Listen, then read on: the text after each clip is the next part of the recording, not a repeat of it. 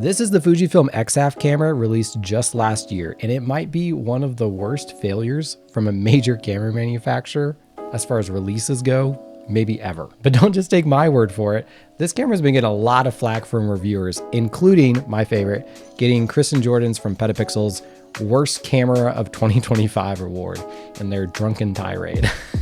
So if everybody hates it, why am I talking about it now?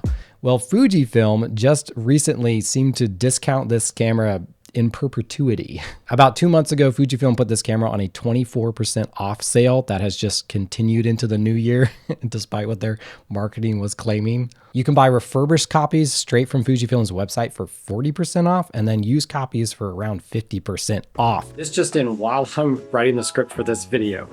Adorama has a promotion going on right now where you can buy an X-T5 with a bonus lens for $2,400, and it includes a free Fujifilm X-F. There it is, a free Fujifilm X-F. It's like they literally can't give them away at this point. And the way this is going, I feel at this point, in the next few months, we could be seeing some crazy deals on this camera. So that begs the question, if this camera is significantly cheaper than when it was launched, does it actually kind of make it a good camera? Let's find out. Just as a reminder, in case you blocked this camera from your memory, this is a fixed lens compact camera with a 1-inch type sensor, 18 megapixels. Gimmicks aside for just a moment, this camera is technologically very similar to other premium compact point-and-shoot cameras like the Sony RX100 series, but with more of a classic photography take on the body and control design, more like the Nikon P7000 series or Canon's G double-digit series cameras of old. And it got a lot of flack online for having a small sensor, but here's the thing. Small sensor cameras are cool. They can be cool too. There's a niche following for premium compact small sensor cameras. The problem is that this camera lacks a lot of features that, say, a Sony RX100 would have. Like a lot of features. And instead it emphasizes the film-like experience. Do you see my air quotes over film-like?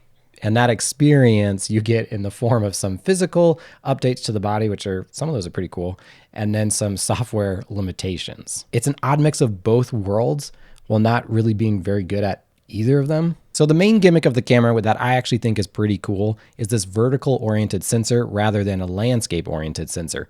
Sort of like how your phone is when you hold it up normally and take a photo. Of course, the inspiration for this camera specifically dates back to film cameras, half frame film cameras, which took half a 35mm frame, and then you get that vertical crop. And then you could shoot twice the number of shots per roll, so it actually saves you money. Of course, in digital terms, this is technically pointless, and I cannot emphasize this enough. It doesn't do anything for you at all. However, in practice, this means that your default shooting position is vertical, which changes the way you shoot. And if we were to take all the other factors of this camera out and just flip a sensor vertical and don't upcharge for it, I actually think that's an intriguing idea for a camera if, as I said, it's technically pointless. I actually have one other camera. It's the only other digital camera I know of that has a default portrait orientation sensor. So way to go, Sony. You were ahead of the time, even if you're like quite a bit bigger. But you do have a real flash. We'll get to that later. Okay, up to this point, so far so good. But another big controversy with this camera, besides the price, besides the sensor gimmicks, was the sensor itself, an 18 megapixel 1-inch type sensor. Now, 1-inch type sensors actually are not 1 inch in any direction. It's such a bad name for a sensor. As a modern camera comparison, there's cameras like the Sony ZV-1 that has a 1-inch type sensor, the Sony RX100 series I mentioned earlier. There's the popular DJI Osmo Pocket 3 vlogging camera. So this is a small sensor, but on the large spectrum, the large size of small sensors, if that makes sense. But if you look at those other cameras, it is a fully capable sensor of taking good images. We'll talk more about image quality later and what I think of it, but here's a few snapshots, and I think in the right conditions, you're doing the right things, it is fully capable of taking nice photos. Okay, so the sensor isn't necessarily holding it back, but one thing that I think is the lens they chose for this camera. This is a fixed 32mm equivalent lens with a relatively bright f2.8 aperture, although I will say since they committed to this lens bump over having an extending lens, I feel like they could have definitely given us a larger aperture lens. For example, the compact Sony RX100 series, they use the same size sensor and for generations have f1.8 apertures on the wide end. And listen, you can take great photos at f2.8. You might be stopping down anyway, but I just think for this price especially, it doesn't feel very premium when it's not like particularly fast. And one of the advantages of smaller sensors is it's easier to get these faster lenses on them.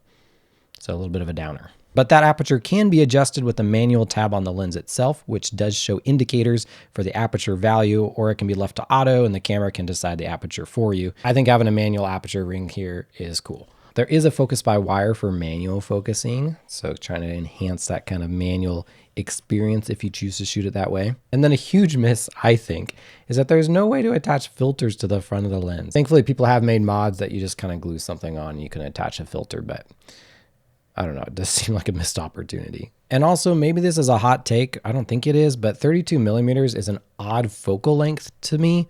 There's nothing inherently wrong with it, but as I was looking at half frame cameras, film cameras in the past that this is designed after, they're either wider than that or they are more telephoto. So we're looking at like 40 millimeter equivalents, or we're looking at like 24 or 28 millimeters. And sitting in the middle here just feels a little bit bizarre to me. That's just my personal opinion. The good news is, despite all of that, the lens does seem high quality enough. Like the optics are sharp enough for the sensor to get some good images. I wasn't like blown away by anything, but I felt like it was good. And because of the small sensor and only f2.8 aperture, you can't really get very much bokeh anyway. Here's some shots wide open at f2.8 at the minimum focusing distance of 10 centimeters or 4 inches for the maximum amount of blurry background you could possibly get out of this camera. And then we have to talk about one of the most annoying parts of this camera and biggest missed opportunities, I think, and that's this little box here, which some people might call a flash. Fujifilm even calls it a flash, but I will not call it a flash. Instead of putting a real flash here in the camera like other cameras would do in this category, they put an LED light like you would find in your smartphone, which is not at all bright enough to freeze a scene. So case in point, I was out, it was snowing. There's this cool effect if you shoot a bright flash and it's snowing, you know, you see the orbs of snowflakes coming down. It looks really cool. This is what I got. Kind of random streaks. And okay, admittedly, it actually looks like kind of cool. It goes with this weird vibe going on here, but it wasn't what I was trying to do. What I was trying to do is what I got on that same night with this camera instead. This is the $85 Camp Snap Pro camera. I paid $85 for it.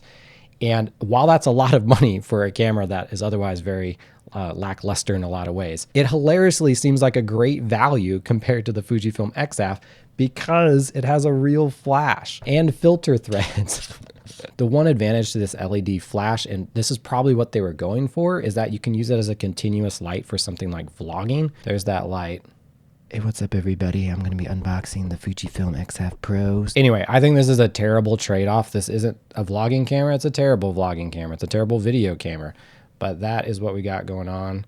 And that is maybe the reason they didn't give us an actual flash. Okay, that was a bunch of bad things. But let's say you can get the camera for $400. Actually using the camera, it's pretty dang fun. And I do like the results from it. So let's talk about all that. It is very compact, so you can take it just about anywhere. That was something that didn't come across in the videos very well until I picked it up in person. It is very small. Without that lens bump, it would be quite pocketable. With it, you know, like a jacket pocket or big baggy pants pockets, it works great. I also really like the implementation of the film modes right here on the back of the LCD.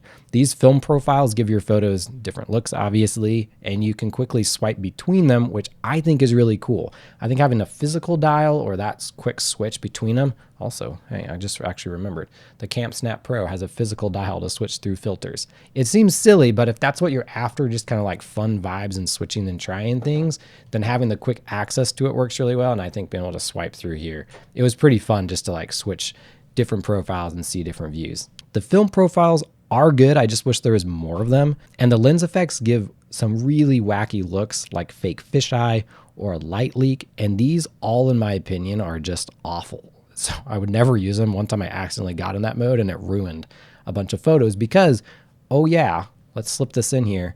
This camera can only shoot JPEG, but it definitely can shoot RAW. Like it is got to be capable of it. This is just a software limitation. And then a deeper dive at the image quality. Overall, this camera can produce detailed pictures with good out of the box looks from those JPEG presets.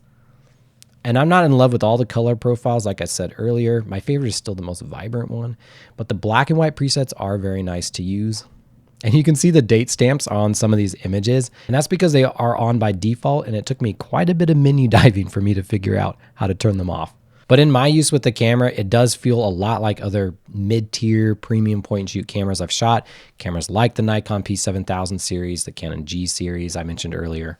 And that is a true compliment. I like those cameras. They're very capable of taking nice looking photos with the constraints that you should apply to yourself with any compact small sensor camera. So the big question we're trying to answer is if you can get this camera for half off, 400 bucks, or even less, or get it free in a Fujifilm X-T5 lens bundle kit. Does that make it worth it? Is a good camera? And this is my genuine, sincere recommendation. If you really love this camera and love all the features about it and you're a big Fujifilm fan, then I think for the new price, the very discounted price, this is a very fun camera to pick up and falls into that performance range better fit by that category of cameras. However, if you just like the idea of a premium point and shoot camera, just like a fun mess around camera, maybe it has an optical viewfinder or something like that, definitely just go with a used Canon G series, Nikon P7000. Those are ones that just come to mind, but there's so many ones out there. Not sponsored once again, but the Camp Snap Pro is just fun toss around, $80 right there. There's just no reason you really to buy this if you're going after that fun vintage vibe, because we have actual vintage digital cameras you can buy for much less, and they're like the real deal without software limitations. Yeah, there you go. That's my thoughts. Thanks for watching this video. As always, happy snapping.